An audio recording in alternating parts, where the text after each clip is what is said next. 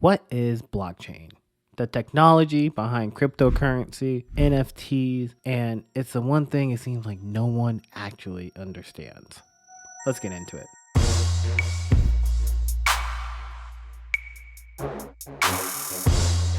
Hey, welcome back to the channel. My name is Caleb King. I'm a software developer, and for this episode, this is part of our crypto playlist, and we're going to pretty much just break down common questions people have when it comes to cryptocurrency, blockchain. So this episode, we're going to be focusing on the thing that makes all of it possible. The core technology behind Bitcoin, thousands of cryptocurrencies, and has promising potential beyond digital currencies.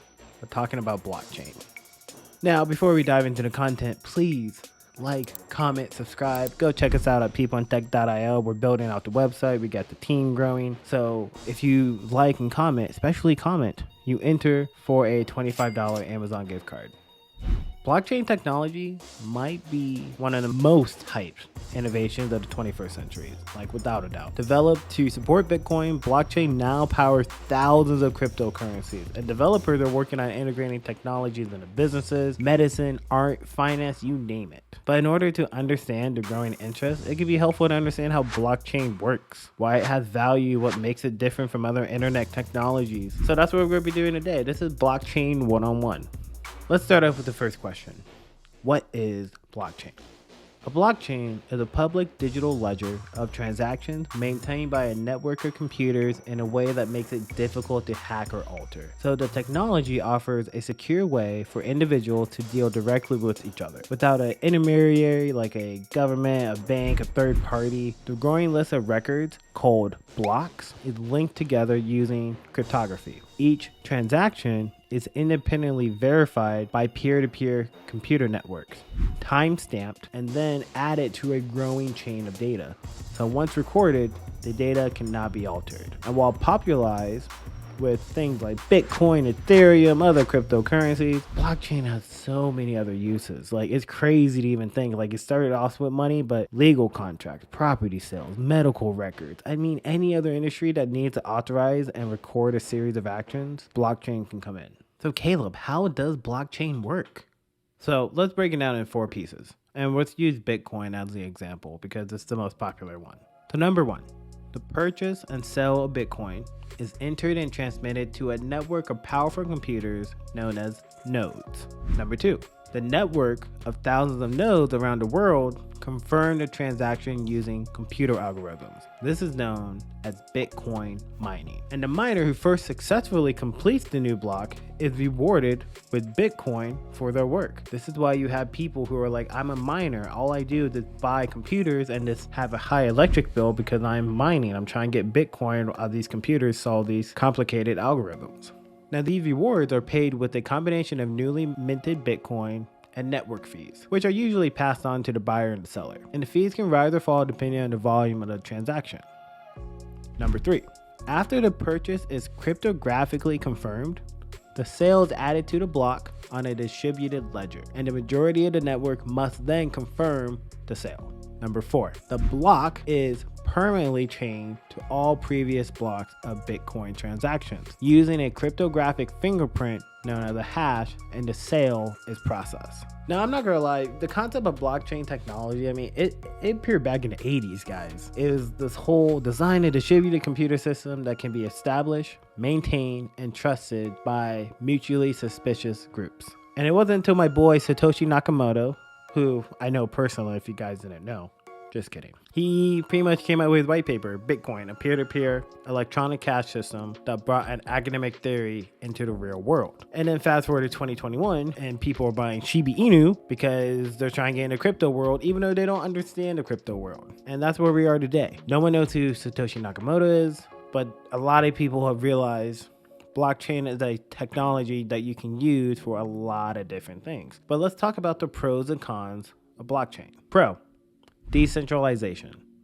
So while the US dollar is issued by the Federal Reserve, no government agency issues or control Bitcoin or any other cryptocurrencies. This also means that the ability of any one government or agency to determine the fate of a public blockchain is completely eliminated. So the lack of intermediaries guys, we're talking about reducing costs. The fees associated with third-party transactions, those are gone. Another byproduct of how blockchain works is its time efficiency. The blockchain's open for business 24/7, 365. It don't take days off. It doesn't have 3-day weekends. It don't have Monday off, Friday off, coming in late. It's working around the clock all the time. And when we talk about decentralization, it's pretty much, we live in a day and age where people don't trust banks, because we know, especially if you live in America, because capitalism is a thing. Some people feel these banks are greedy. I know in 2020, I saw something where like banks made like $20 billion off of late draft fees, but like people were losing jobs in their homes. And I'm like, how is JP Morgan, how are they making that kind of money? But that's the system, right?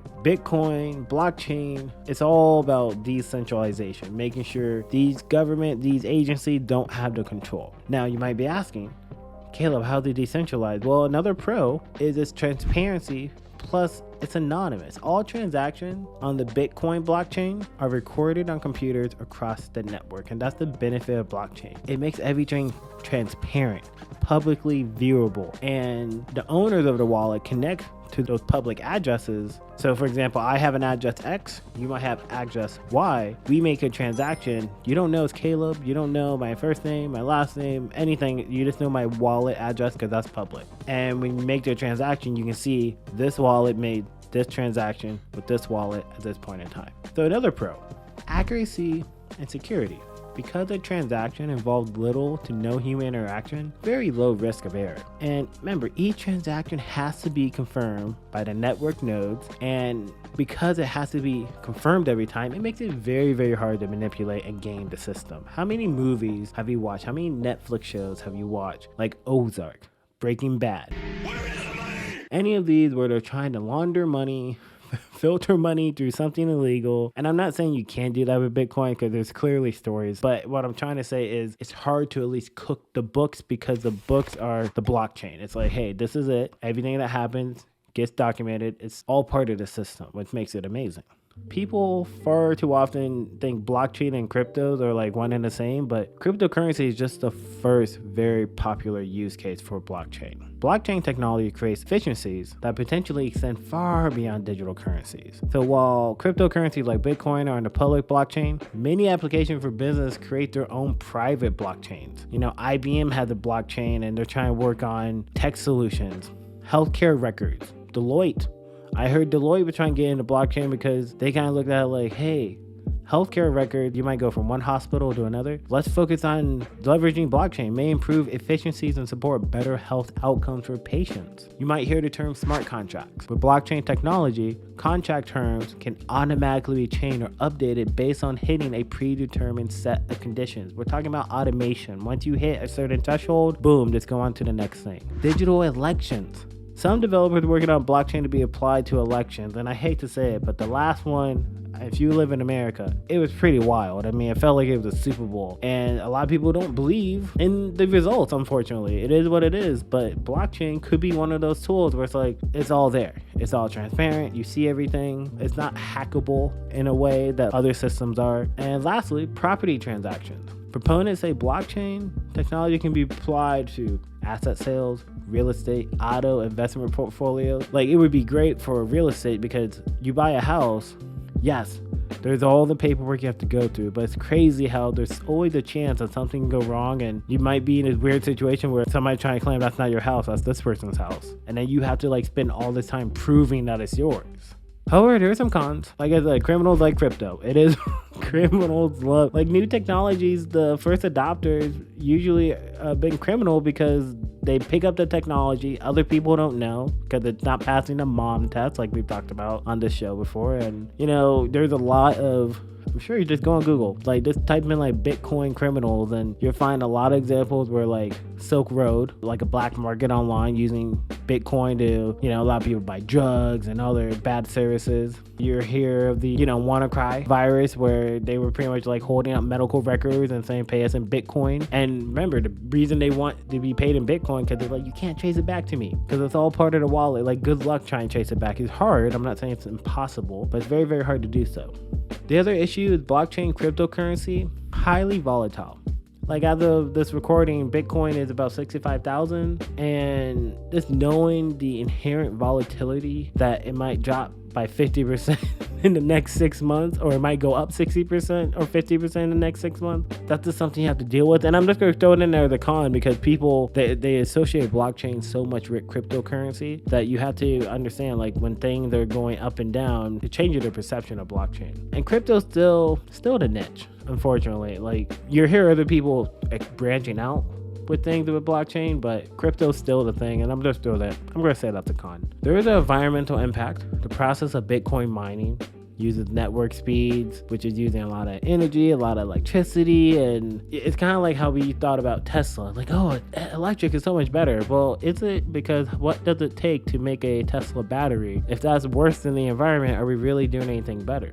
And ultimately, what I want to highlight here is, while Bitcoin system is best known for the application of blockchain, there's thousands of cryptocurrencies that were built on the back of this emerging technology. And like I said, we're only seeing it in the financial crypto space. There's so many other elements that people are trying to dive into. And I think what you're seeing is, like, first it was, what is it? Okay, think of it like Napster. Remember, like, when Napster came out, it was like, what is peer-to-peer downloading? Well, people thought Napster and peer-to-peer download were one and the same. But as time goes on, you realize, oh, there's LimeWire and Kazaa. I'm showing my age here. And there were all these other tools that were very similar to Napster, but wasn't Napster. Bitcoin is like Napster.